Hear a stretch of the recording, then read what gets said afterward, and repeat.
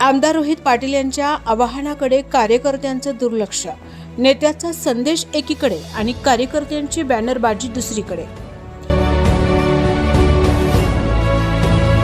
तासगाव कवठेमंकाळ विधानसभा मतदारसंघाचे आमदार रोहित आलार पाटील यांनी 4 जुलै रोजी होणारा आपला वाढदिवस साधेपणाने साजरा करण्याचं आवाहन कार्यकर्ते, पदाधिकारी आणि समर्थकांना केले आहे।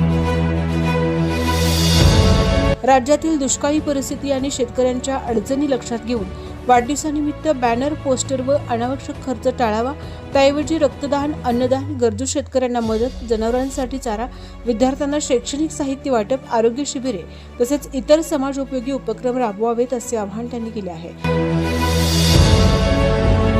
मात्र या स्पष्ट आवाहनानंतरही काही ठिकाणी आमदार रोहित पाटील यांच्या वाढदिवसानिमित्त शुभेच्छांचे बॅनर झळकल्याचे दिसून आले आहेत। त्यामुळे स्वतःच्याच नेत्याने दिलेल्या संदेशाचे कार्यकर्त्यांनी कितपत पालन केले असा प्रश्न उपस्थित होतो आहे। आमदार रोहित पाटील यांनी वाढदिवसानिमित्त समाजोपयोगी कार्याचा संदेश दिला असताना काही कार्यकर्त्यांनी बॅनरबाजीला प्राधान्य दिल्याने त्यांच्या आवाहनालाच काही प्रमाणात फाटा दिल्याची चर्चा आहे।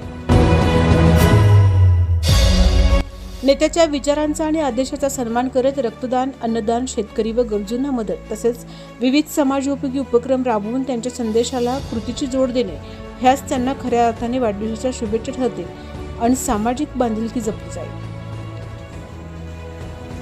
तासगाव प्रतिनिधी अनिल साळुंखे, प्रतीक करमळकर।